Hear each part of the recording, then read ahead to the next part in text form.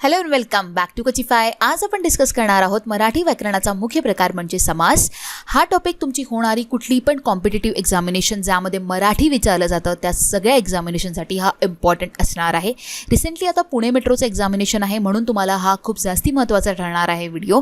Pune मेट्रोसाठी already मी 3 sessions बनवले आहे ज्यामध्ये मी खूप सगळं मराठी व्याकरण कव्हर केलं, पण माझं समास राहिलेलं होतं म्हणून मी समास हे टॉपिक मोठं पण आहे म्हणून मी एक वेगळंच व्हिडिओ यासाठी बनवलेला आहे ज्यामध्ये मी तुम्हाला समासाचे प्रकार आणि त्याचे उपप्रकार हे खूप डिटेलमध्ये एक्सप्लेन करणार आहे. म्हणून हा व्हिडिओ तुम्हाला कंप्लीट एंडपर्यंत बघायचा आहे ज्यामध्ये आपण खूप सगळे उदाहरण बघणार आहोत आणि एंडमध्ये मी तुम्हाला रिकॉल करून सुद्धा देणार आहे की तुम्हाला कसा कुठला समास ओळखायचा आहे.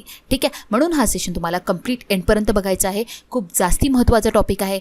या टॉपिक वरून 1 ते 2 प्रश्न प्रत्येक एक्झामिनेशनमध्ये बघायला मिळतात. थोडा कन्फ्युजिंग टॉपिक आहे म्हणून तुम्हाला लक्षपूर्वक हा आजचा व्हिडिओ बघावा लागेल. तर स्टार्ट करूया. व्हिडिओ स्टार्ट करण्याचा आधी आता रिसेंटली ज्या लोकांचा पुणे मेट्रोचं एक्झामिनेशन आहे त्यासाठी मी 3 व्हिडिओ ऑलरेडी अपलोड केलेले आहे चॅनलवर.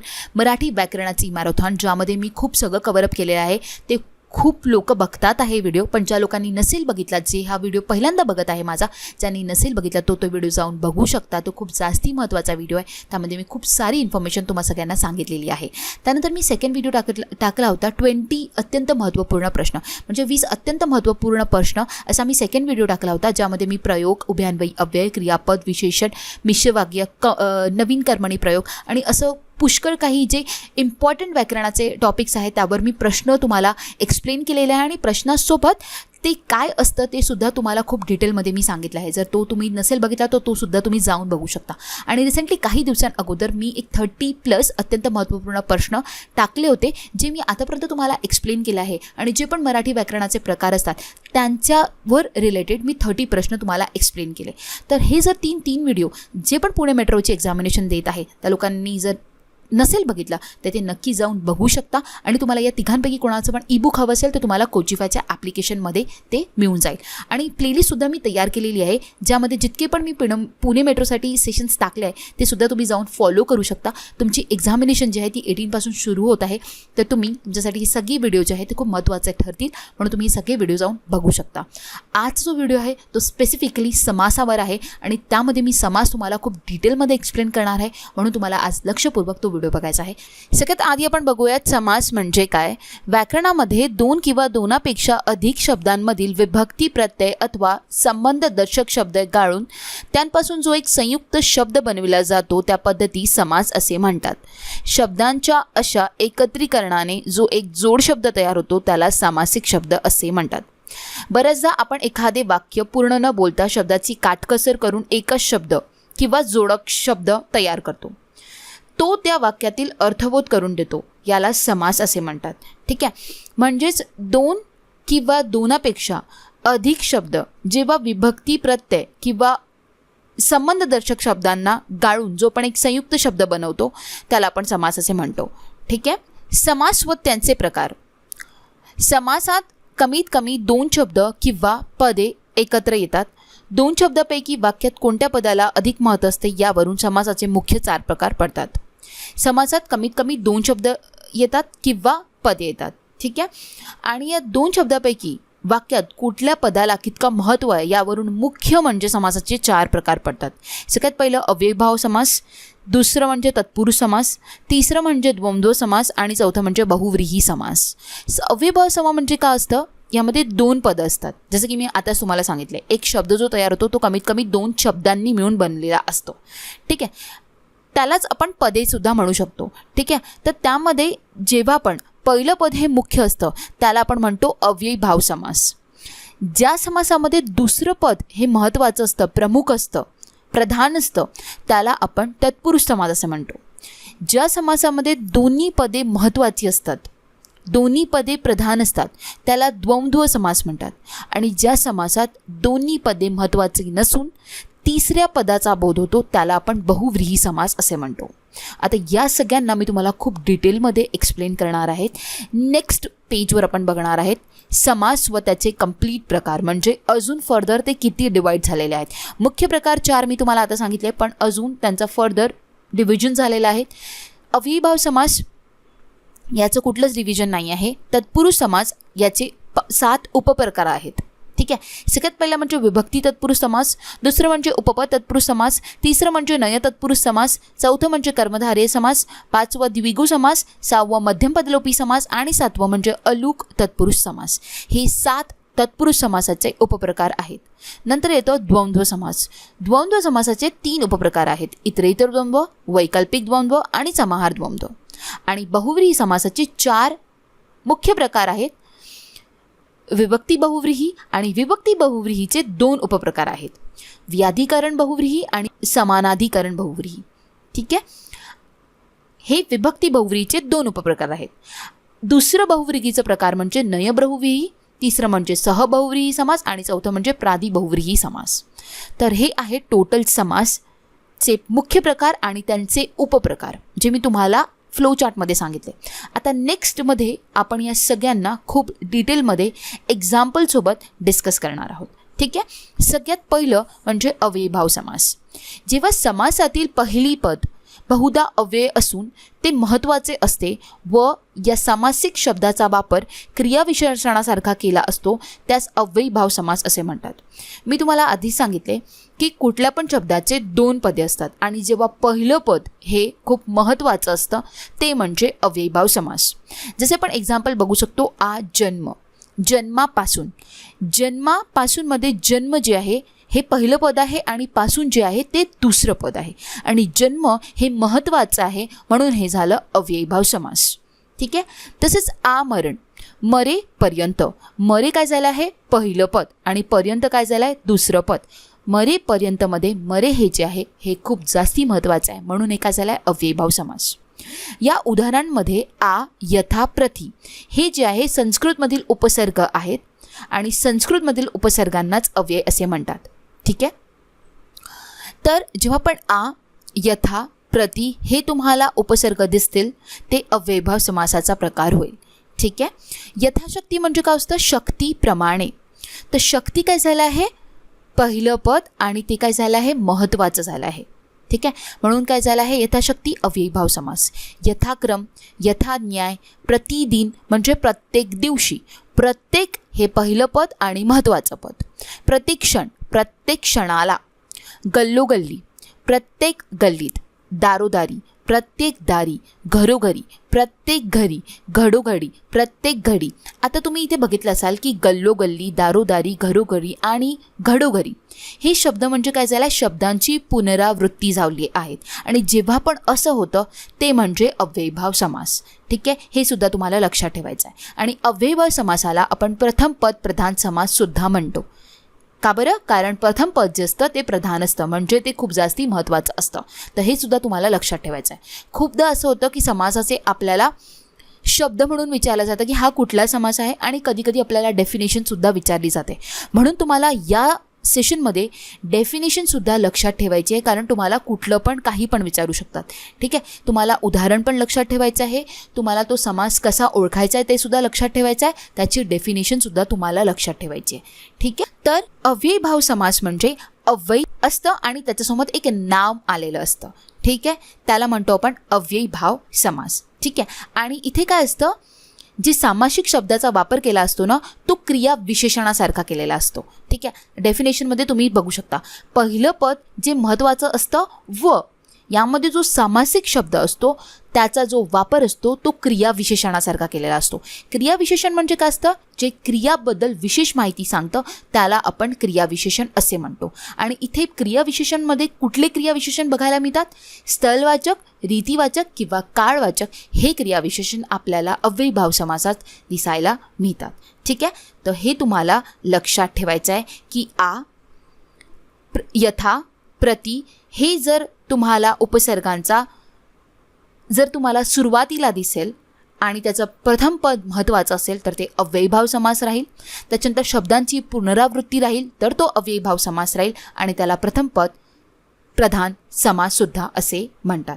ठीक आहे. तर हे तुम्हाला लक्षात ठेवायचं आहे. नेक्स्ट म्हणजे आपलं तत्पुरुष समास. ज्या समासात दुसरे पद महत्त्वाचे असून समासाचा विग्रह करताना गाळलेला शब्द विभक्ती प्रत्यय लिहावा लागतो त्यास तत्पुरुष समास असे म्हणतात. आता यामध्ये काय असतं की दुसरं पद जे असतं ते महत्त्वाचं असतं. ठीक आहे. आणि समास जेव्हा विग्रह करतो ठीक आहे, आपण तेव्हा आपल्याला विभक्ती प्रत्यय जो असतो तो लिहावा लागतो, त्याला आपण तत्पुरुष समास असे म्हणतो. ठीक आहे, उदाहरणार्थ महामानव, महान असलेला मानव. ठीक आहे, आता तत्पुरुष समासात काय असतं, विशेषण अधिक नाम. ठीक आहे, म्हणजे मुख्यतः प्रथम पद जे असतं ते विशेषण असतं आणि नंतर जे आलेलं असतं ते नाव असतं. ठीक आहे, तर महान असलेला मानव तुम्ही बघू शकता, महान काय आहे, विशेषण आहे, आणि मानव काय आहे, नाव आहे. तर मानव कसा आहे, महान आहे.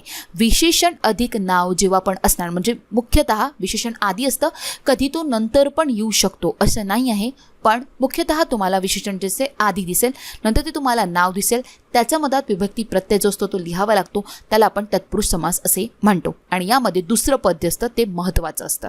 ठीक आहे, जसे मानव, मानव हे महत्त्वाचं आहे, कारण मानव कसा आहे, महान आहे. ठीक आहे, म्हणून जेव्हा पण दुसरं पद महत्त्वाचं असेल त्याला आपण म्हणतो तत्पुरुष समास. याचेच 7 उपप्रकार आहेत: विभक्ती, उपपद, नय, कर्मधारय, द्विगु, मध्यम पदलोपी आणि अलुक तत्पुरुष समास. सगळ्यात आधी आपण बघूया विभक्ती तत्पुरुष समास. ज्या तत्पुरुष समासात कोणत्या तरी विभक्तीचा अर्थ व्यक्त करणाऱ्या शब्दयोगी अव्ययांचा लोप करून दोन्ही पदे जोडली जातात त्यास विभक्ती तत्पुरुष समास म्हणतात. या समासाचा विग्रह करताना एका पदाचा दुसऱ्या पदाशी असलेला संबंध ज्या विभक्ती प्रत्ययाने दाखविला जातो त्यास विभक्ती प्रत्ययाचे नाव त्या समासाला दिले जाते.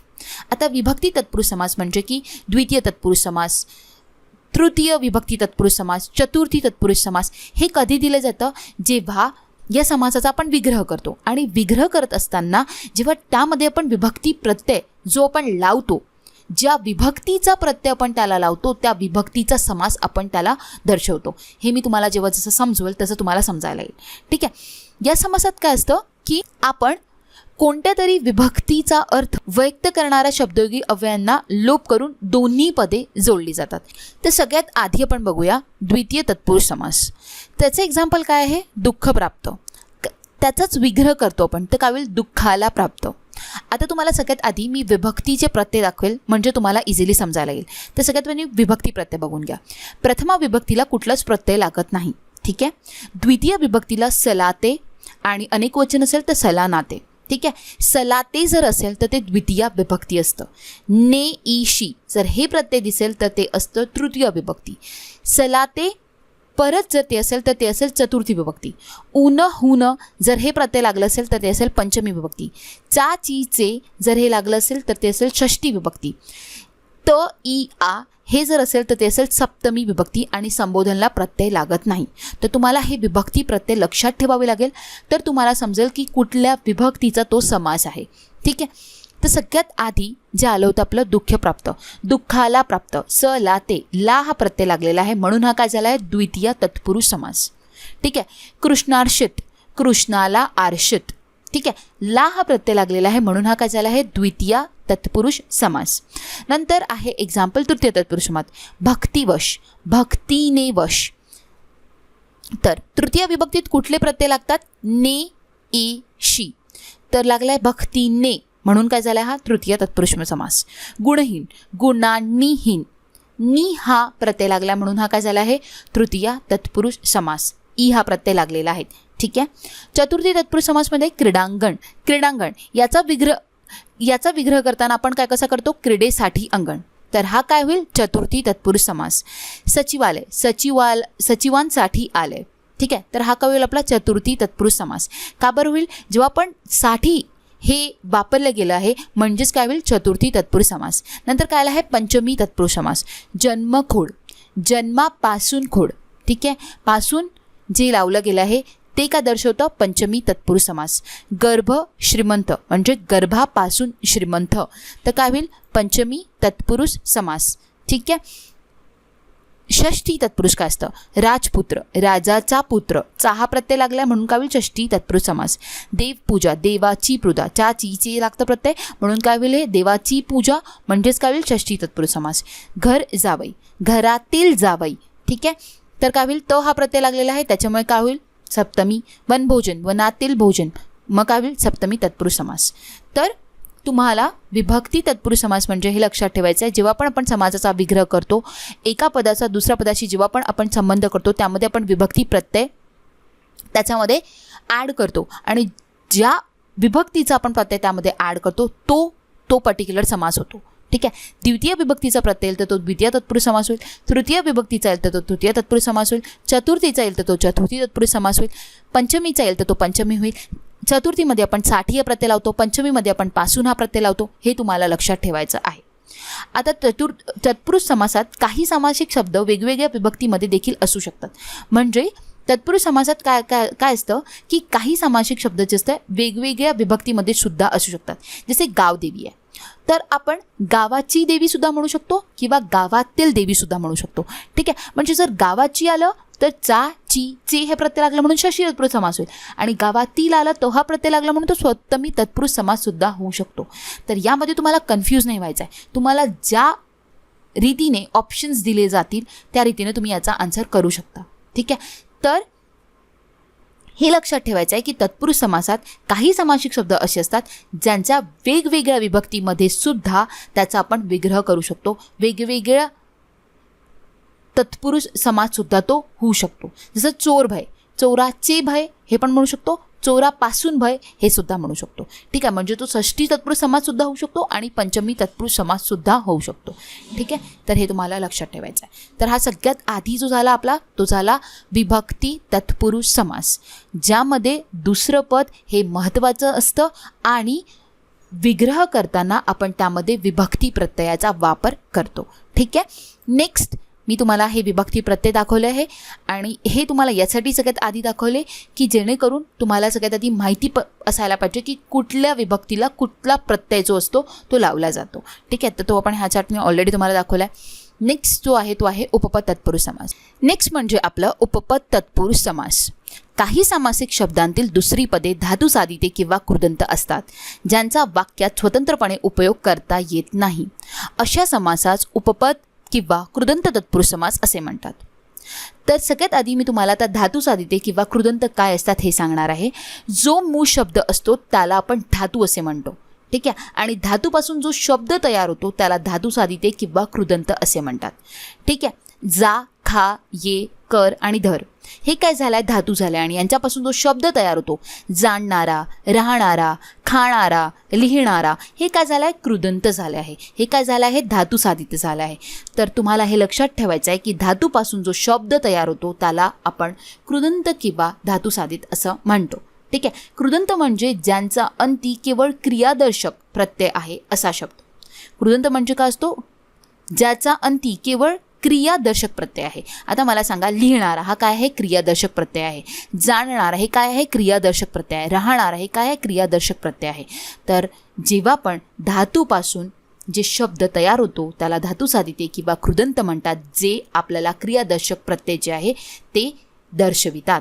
तर ते झाले धातू साधित किंवा कृदंत. तर जेव्हा आपण समासिक शब्दातील दुसरं पद हे धातू साधित असणार किंवा कृदंत असणार ज्याचा वापर आपण स्वतंत्रपणे नाही करू शकत त्याला आपण उपपद किंवा कृदंत तत्पुरुष समास असे म्हणणार. हर्षद, हर्ष देणारा. नाटककार, नाटक लिहिणारा. पंकात, पंकात जन्मलेले. जलद, जलद जल देणारा. सर्वज्ञ, सर्व जाणणारा. गृहस्थ, गृहात राहणारा. तर तुम्ही ते बघू शकता की इथे जे पण धातू साधित आणि कृदंत याचा वापर केलेला आहे आणि दुसरं पद जे आहे ते धातू साधित आणि कृदंत असल्यामुळे त्याचा स्वतंत्र वापर नाही करू शकत. त्यामुळे हे समास कुठले झाले आहे उपपद तत्पुरुष समास झालेला आहे. ठीक आहे.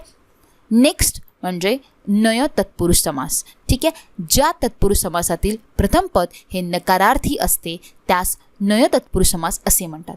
म्हणजेच ज्या समासातील पहिले पद हे अभाव किंवा निषेध दर्शवतात त्यांना नय तत्पुरुष समास असे म्हणतात. सिंपल आहे, हे सगळ्यात इझी समास आहेत. जेव्हा पण तत्पुरुष समासातील पहिलं पद हे नकारार्थी असेल त्याला आपण नय तत्पुरुष समास असे म्हणतो. म्हणजेच की पहिलं जे समासातलं जे पहिलं पद आहे ते अभाव किंवा निषेध दर्शवतं त्याला आपण नय तत्पुरुष समास म्हणतात. आणि याची जी सुरुवात असते ती अ, अन, न, ना, बे, नी आणि गैर हे काय आहे नकारार्थी प्रत्यय आहे जे वापरले गेलेले आहेत. तर जेव्हा पण तुम्हाला हे प्रत्यय दिसतील आणि जेव्हा पण असं वाटेल की समासातलं पहिलं पद हे नकारार्थी आहे ते होईल नय तत्पुरुष समास.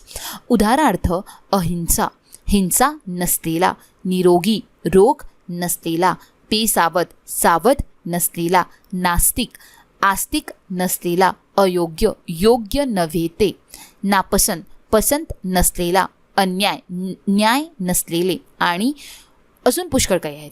तर जेव्हा पण प्रथम पद हे नकारार्थी असेल ते असणार नय तत्पुरुष समास. ठीक आहे. नेक्स्ट म्हणजे कर्मधारय समास. हे अतिशय महत्त्वाचं समास आहे आणि यावर खूपदा तुम्हाला प्रश्न विचारले जातात, म्हणून हे तुम्हाला लक्षात ठेवायचं आहे. आणि याचे जे एक्झाम्पल्स आहेत ते स्पेसिफिकली तुम्हाला लक्षात ठेवावे लागतील, कारण हे खूपदा कॉमन तेच विचारले जातात. ठीक आहे. ज्या तत्पुरुष समासातील दोन्ही पदे एकाच विभक्तीत असतात, म्हणजेच प्रथमा विभक्तीत असतात, तेव्हा त्यास कर्मधारय समास असे म्हणतात. यातील शक्यतो पहिले पद विशेषण आणि दुसरे पद नाम असते. काय म्हटलं आहे, या तत्पुरुष समासात दोन्ही पदे जी असतात ते प्रथमा विभक्तीत असतात. जसे महादेव, महान आणि देव हे दोघं पण काय आहे, प्रथमा विभक्तीत आहेत. म्हणजे समासातील दोन्ही पदे जी आहेत ती प्रथमा विभक्तीत असणार. ठीक आहे. तेव्हा त्याला आपण कर्मधारय समास असे म्हणतो. आणि मुख्यतः काय असतं की याचा पहिलं पद काय असतं, विशेषण असतं आणि दुसरं पद काय असतं, नाम असतं. आणि तुम्हाला हे सुद्धा लक्षात ठेवायचं आहे की कर्मधारय समासामध्ये असा, असे, सारखे, हेच, रूपी हे जे असतं याच्या मधात यूज केले जाणारे, जेव्हा पण आपण विग्रह करतो, जेव्हा आपण शब्दाचं आपण फोडी करतो, तेव्हा आपण त्यामध्ये जे वापरतो ते असतं असा, असे, सारखे, हेच आणि रूपी. जसं महादेव, महान असा देव. घनश्याम, घणासारखा श्याम. आताच म्हटलं मी तुम्हाला सारखं. रक्तचंदन, रक्तासारखे चंदन. मुख कमल, मुख हेच कमल. पितांबर, पिवळे असे वस्त्र. विद्याधन, विद्या हेच धन. चरण कमल, चरण रूपी कमल. तर हे लक्षात ठेवायचं आहे तुम्हाला की दोन्ही पदे जे आहे ती प्रथमा विभक्तीत आहे. पहिलं पद हे विशेषण आहे, दुसरं पद हे नाम आहे. आणि जेव्हा पण शब्दाची फोडी करतो त्यामधात जर असा, असे, सारखा, सारखे, हेच आणि रूपी हे जर शब्द वापरले जातील त्याला आपण कर्मधारय समास असे म्हणतो. ठीक आहे. आता कर्मधारय समासाचे उपप्रकार सुद्धा आहेत. ठीक आहे. जर तुम्हाला हे लक्षात ठेवायचं आहे तर ते तुम्ही लक्षात ठेवू शकता. सगळ्यात पहिलं म्हणजे कर्मधारय विशेषण पूर्वपद, कर्मधारय विशेषण उत्तरपद, कर्मधारय विशेषण उभयपद. आता यामध्ये फरक छोटासा आहे. विशेषण पूर्वपद म्हणजे काय आहे, समासिक शब्दातील पहिले पद विशेषण, म्हणजे पहिलं पद हे विशेषणच असणार, त्याला म्हणू आपण कर्मधारय विशेषण पूर्वपद. जर दुसरं पद हे विशेषण असणार तर आपण म्हणू विशेषण उत्तरपद.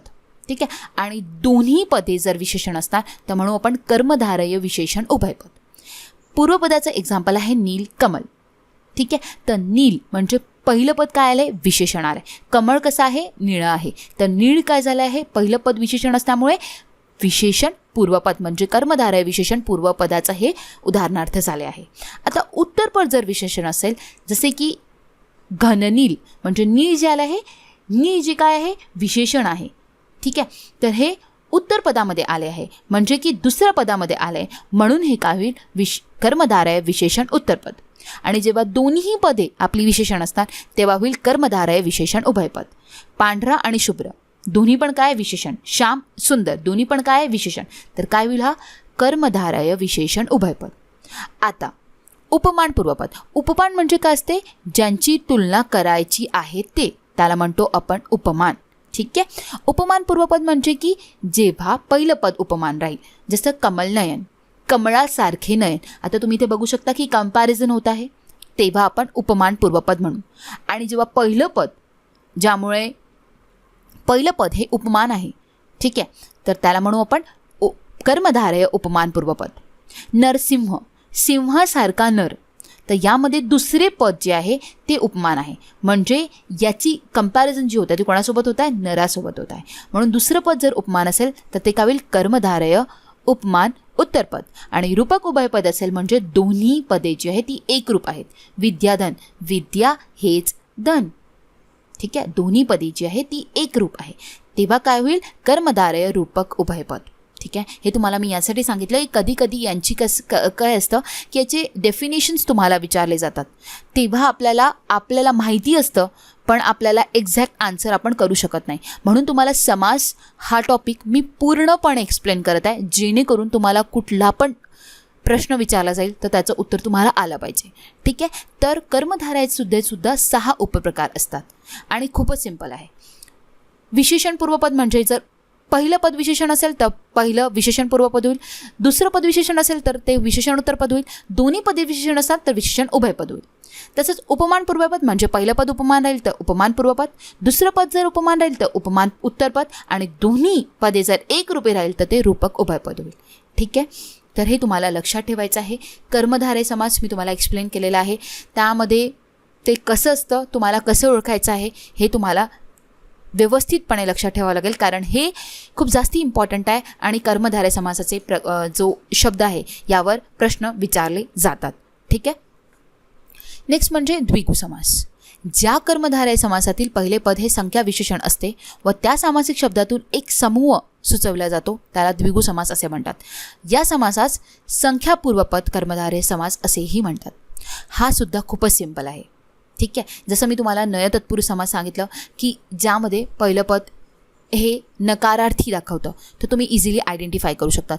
द्विगु समाससुद्धा तुम्ही इझिली आयडेंटिफाय करू शकतात, कारण तुमचं जे पहिलं पद असतं ते संख्या विशेषण असतं. नवरात्री, चातुर्मास, त्रिभुवन, पंचारती, नवग्रह, त्रिलोक्य, पंचपाळे, सप्ताह हे सगळं काय आलेलं आहे.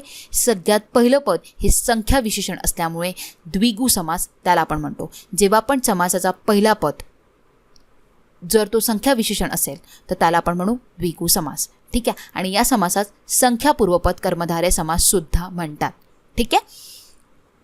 खूपच सिंपल आहे द्विगु समास.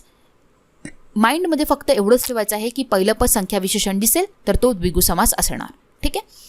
नेक्स्ट म्हणजे मध्यम पदलोपी समास. ठीक आहे. हा तुम्हाला मी प्रिव्हियस एक व्हिडिओ टाकला होता, त्यामध्ये तुम्हाला मी एक्सप्लेन केला होता. पुन्हा एकदा सांगते.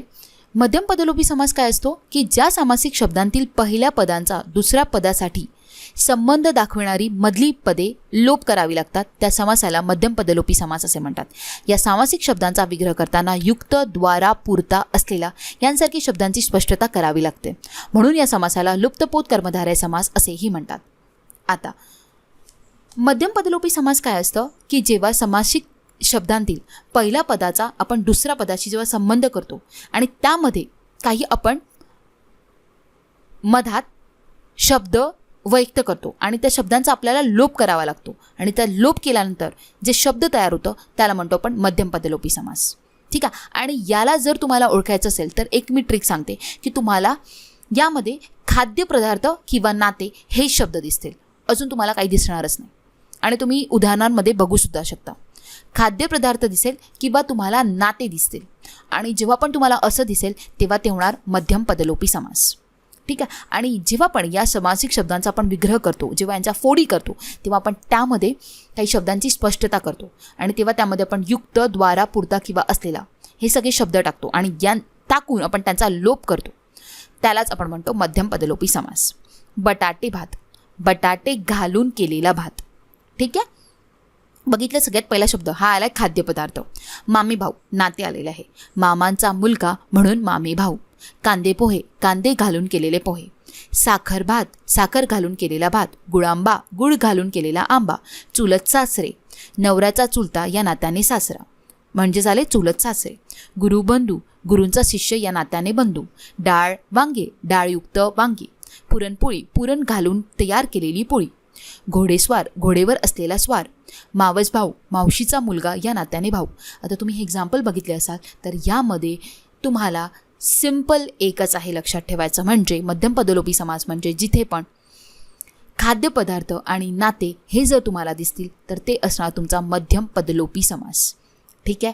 खूपच सिंपल आहे. मध्यम पदलोपी समास तुम्ही इझिली आयडेंटिफाय करू शकता. ठीक आहे. नेक्स्ट म्हणजे अलुक तत्पुरुष समास. ज्या विभक्ती तत्पुरुष समासात पूर्वपदाचा विभक्ती प्रत्ययाचा लोप होत नाही त्यास अलुक तत्पुरुष समास असे म्हणतात. अलुक म्हणजे लोप न पावणारा, म्हणजे ज्या विभक्ती तत्पुरुष समासिक शब्दाचा पहिल्या पदाचा लोप होत नाही त्यास अलुक तत्पुरुष समास असे म्हणतात. ज्या तत्पुरुष समासात पूर्वपदाच्या सप्तमीच्या ई विभक्ती प्रत्ययाचा लोप होत नाही त्याच अलुक तत्पुरुष समास लोप न होणारे असे म्हणतात. बघा इथे एक्झाम्पल आलं आहे युधिष्ठिर. आता ई हा सप्तमीचा विभक्ती प्रत्यय आणि त्याचा लोप होत नाही आहे, म्हणून याला म्हणू आपण अलुक तत्पुरुष समास. अग्रेसर ई म्हणजेच अ अधिक ई, ठीक आहे. पंकेरुह म्हणजे पंकातला रुह. कर्तरी प्रयोग ई या प्रत्ययाचा वापर झालेला आहे. कर्मणी प्रयोग परत ई प्रत्ययाचा वापर झालेला आहे. सरसीज ई प्रत्ययाचा उपयोग झाला आहे. आणि तोंडी लावणे ई प्रत्ययाचा इथे लोप नाही होत आहे. आता वरील शब्दांचा पहिल्या पदांतील अग्रे, युधी, पंके, कर्तरी, कर्मणी, सरसी ही या शब्दातील संस्कृतमधील सप्तमीची रूपे न गाता तशीच वापरली आहेत. तशीच आहेत. तर तो काय होईल? अलुक तत्पुरुष समास. अजून एक तुम्हाला सांगते याची ट्रिक. तुम्ही एवढेच शब्द लक्षात ठेवा, कारण हेच अलुक तत्पुरुष समासाचे एक्झाम्पल्स आहेत आणि तुम्हाला जर येतील एक्झाममध्ये तर यामधूनच तुम्हाला दिसायला मिळतील. जर तुम्ही याला पूर्णपणे लक्षात ठेवलं तर खूप जास्ती चांगलं होईल, कारण अलुक तत्पुरुष समासाचे हेच जे उदाहरण आहे हेच एक्झाममध्ये विचारले जातात आणि हेच आहेत. ठीक आहे. युधिष्ठिर, अग्रेसर, पंकेरुह, कर्तरी प्रयोग, कर्मणी प्रयोग, सरसीज आणि तोंडी लावणे हे मराठी म्हणून आहे. बाकी सगळे तुम्ही जर बघितले असाल ते सगळे संस्कृत रूपी आहेत. ठीक आहे. ज्यामध्ये सप्तमीची रूपी वापरली आहे आणि त्यांना न गाता त्याचं सप्तमीचं रूप जे न गाता तसंच राहिलं आहे, त्यामुळे त्याला अलुक तत्पुरुष समास असे म्हणतो. ठीक आहे. तर तुम्हाला हे जे उदाहरण आहे हे पूर्णपणे लक्षात ठेवायचं आहे, तर तुम्हाला इझिली तुम्ही अलुक तत्पुरुष समासला सॉल्व्ह करू शकता. ठीक आहे. कारण हेच जे आहे हेच अलुक तत्पुरुष समास आहेत. ठीक आहे. युधिष्ठिर, अग्रेसर, पंकेरुह, कर्तरी प्रयोग, कर्मणी प्रयोग, सरसीज आणि तोंडी लावणे. तुम्ही कुठे जरी बघाल तरी तुम्हाला अलुक तत्पुरुष समासाचे हेच उदाहरण बघायला मिळतील, अजून दुसरं बघायला मिळणार नाही. आणि हेच युजली विचारले जातं एक्झाममध्ये. ठीक आहे. नेक्स्ट म्हणजे द्वंद्व समास. ज्या समासातील दोन्ही पदे अर्थदृष्ट्या प्रधान म्हणजे समान दर्जाची असतात त्याला द्वंद्व समास असे म्हणतात. आणि व, अथवा, किंवा या उभानवयी अव्ययांनी ही पदे जोडलेली असतात. ज्या समासात दोन्ही पदे ही मुख्य असतात त्याला म्हणतो आपण द्वंद्व समास. ठीक आहे. यामध्ये उभयान्वयी अव्यय जोडले असतात आणि व, अथवा आणि किंवा, आणि याच्याचमुळे याचे 3 उपप्रकार पडतात: इतरेतर द्वंद्व, वैकल्पिक द्वंद्व आणि समाहार द्वंद्व. आता इतरेतर द्वंद्व काय असतं? जेव्हा समास विग्रह करताना आणि व जर या उभय अव्ययांनी जोडलेलं असतं तर त्याला आपण इतरेतर द्वंद्व समास असे म्हणतो. आणि व याचाच अर्थ असा असतो आई आणि बाप हे दोन्ही महत्त्वाचे आहेत. ठीक आहे. आणि कधी लावतो आपण? जेव्हा दोन्ही महत्त्वाची असतात. बहीण भाऊ, बहीण व भाऊ. हरिहर, हरी आणि हर. स्त्री पुरुष, स्त्री आणि पुरुष म्हणजे दोन्ही महत्त्वाची आहे. आणि जेव्हा पण यांचा आपण विग्रह करतो तेव्हा ज्यामध्ये आपण आणि व लावू ते राहील इतरेतर द्वंद्व समास. तर खूपच सिंपल आहे. इतरेतर द्वंद्व समासात तुम्हाला हे लक्षात ठेवायचं आहे की दोन्ही पद महत्त्वाचे आहे. आई आणि बाप दोन्ही महत्त्वाचे आहे. ठीक आहे. तर ते झालं सगळ्यात आधी द्वंद्व समास. पण त्यामध्ये जर तुम्हाला विचारलं की हा कुठला समास आहे तर आई आणि बाबा आणि हा उभयान्वयी अव्यय आपण यामध्ये जोडू, म्हणून हा होईल इतरेतर द्वंद्व समास. ठीक आहे. नेक्स्ट म्हणजे वैकल्पिक द्वंद्व समास. वैकल्पिक म्हणजे समास विग्रह करताना किंवा, अथवा, वा या वैकल्पिक दर्शक उभयान्वयी अव्ययांचा उपयोग करतो त्याला म्हणतो आपण वैकल्पिक द्वंद्व समास. आता खरे खोटे, खरे किंवा खोटे. न्यायान्याय, न्याय किंवा अन्याय. 3 4, 3 किंवा 4. बरे वाईट, बरे किंवा वाईट. यामध्ये काय होतं की किंवा, अथवा आणि वा या उभयान्वयी अव्ययाचा आपण इथे वापर करतो आणि यामध्ये मोस्टली विरुद्धार्थी शब्द दिले असतात. खरे खोटे हे काय झालं आहे? विरुद्धार्थी शब्द. न्याय अन्याय. 3 4 बरे वाईट. तर त्याला म्हणतो आपण वैकल्पिक द्वंद्व. किंवा, अथवा आणि वा जर हे उभयान्वयी अव्यय तुम्हाला दिसतील तेव्हा त्याला आपण म्हणू वैकल्पिक द्वंद्व समास. ठीक आहे. आता समाहार. नेक्स्ट म्हणजे समाहार द्वंद्व समास. समास विग्रह करताना त्यातील पदांच्या अर्थाशिवाय त्याच जातीच्या इतर पदार्थांचाही समावेश केलेला असतो त्या समाहार द्वंद्व समास असे म्हणतात. समाहार द्वंद्व म्हणजे की समास विग्रह करताना त्याच जातीतील अर्थाशिवाय इतर पदार्थांचाही, इतर वस्तूचाही त्यामध्ये समावेश असतो त्याला म्हणतो आपण समाहार द्वंद्व समास. जसं म्हणतो भाजीपाला. भाजीपाला म्हणजे काय असतो? भाजीपाला जेव्हा आपण आणायला जातो तेव्हा आपण किती साऱ्या वेगवेगळ्या प्रकारच्या भाज्या आणतो. त्यालाच म्हणतो आपण समाहार द्वंद्व समास. म्हणजे भाजी व पाला आणि अजून त्यामध्ये वेगवेगळे तत्सम वस्तू. केर कचरा व इतर टाकाऊ पदार्थ. ठीक आहे. मीठ भाकर व इतर साधे पदार्थ. चहा पाणी व इतर नाश्त्याचे पदार्थ. तर जेव्हा आपण समासाचा विग्रह करतो त्या अर्थाशिवाय इतर पदार्थांचाही समावेश होतो, त्याला म्हणतो समाहार द्वंद्व. ठीक आहे. तर द्वंद्व समास म्हणजे दोन्ही पद महत्त्वाचे. सगळ्यात पहिलं म्हणजे इतरेतर द्वंद्व, ज्यामध्ये मी तुम्हाला सांगितलं आणि व या उभयान्वयी अव्ययाचा वापर केला जातो आणि दोन्ही पद जे असतं ते महत्त्वाचं असतं. वैकल्पिक द्वंद्व म्हणजे किंवा अथवा या उभयान्वयी अव्ययाचा वापर करतो आणि यामध्ये जे असते विरुद्धार्थी शब्द हे दिसायला मिळतात. खरे खोटे, न्याय अन्याय, 3 4, बरे वाईट आणि यामध्ये किंवा अथवा या उभयान्वयी अव्ययाचा वापर करतो, त्याला म्हणतो आपण वैकल्पिक द्वंद्व. आणि समाहार द्वंद्व म्हणजे की दोन पदाशिवाय इतर पदार्थांचाही त्यामध्ये समावेश झालेला असतो, त्याला म्हणतो आपण समाहार द्वंद्व समास. आय होप तुम्हाला द्वंद्व समास कम्प्लिटली समजायला आलं असेल. वळूया पुढे. लास्ट म्हणजे बहुव्रीही समास.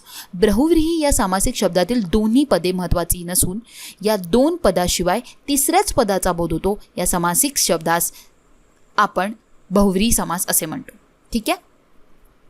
तर बहुव्रीही समास काय असतं, जेव्हा दोन्ही पदे, जसं एक्झाम्पल आहे नीलकंठ, तर नील आणि कंठ ही दोन पदे आहेत. ही दोन्ही पदे महत्त्वाची नाही आहेत आणि या दोन्ही पदे महत्त्वाची नसून आपल्याला तिसरा पदाचा जो आहे तो बोध होतो आहे. ज्याचा कंठ नीळ आहे असा कोण? शंकर. ठीक आहे. वक्रतुंड, वक्र आणि तुंड हे दोन पदे आहे. हे दोन्ही पदे काय महत्त्वाची नाही आहे, पण या दोन्ही पदांपासून जो तिसऱ्या पदाचा बोध होतो आहे त्याला म्हणतो आपण बहुव्रीही समास. ज्याचे तोंड वक्र आहे असा गणपती. दशमुख, ज्याला 10 तोंड आहे असा रावण.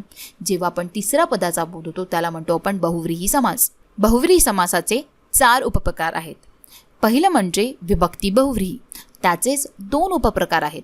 समानाधिकरण बहुव्रीही, व्याधिकरण बहुव्रीही. दुसरं म्हणजे नयबहुव्रीही, तिसरं म्हणजे सहबहुव्रीही आणि चौथं म्हणजे प्रादिबहुव्रीही. आता या चौघांनाही आपण बघूयात. सगळ्यात पहिलं आलं विभक्ती बहुव्रीही समास.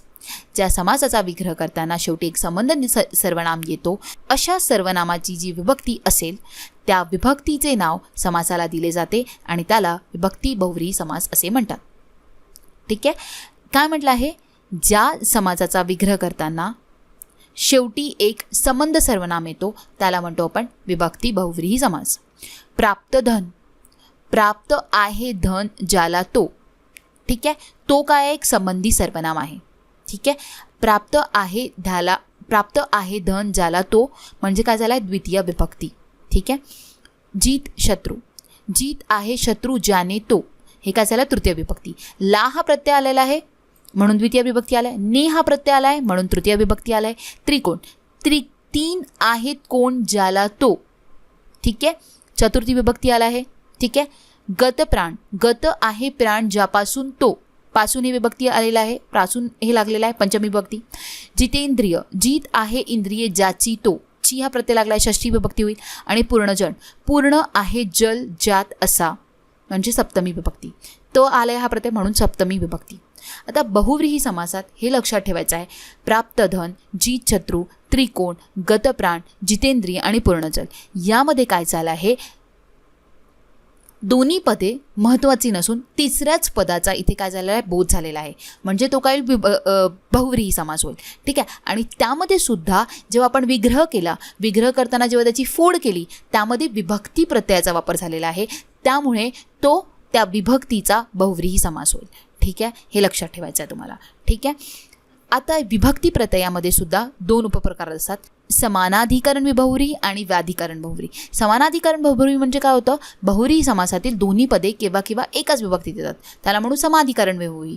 आणि जेव्हा दोन्ही पदे भिन्न असतात म्हणजे दोन्ही पदे जी भिन्न विभक्तीत आलेली असतात त्याला म्हणतो आपण व्याधिकरण बहुव्रीही समास.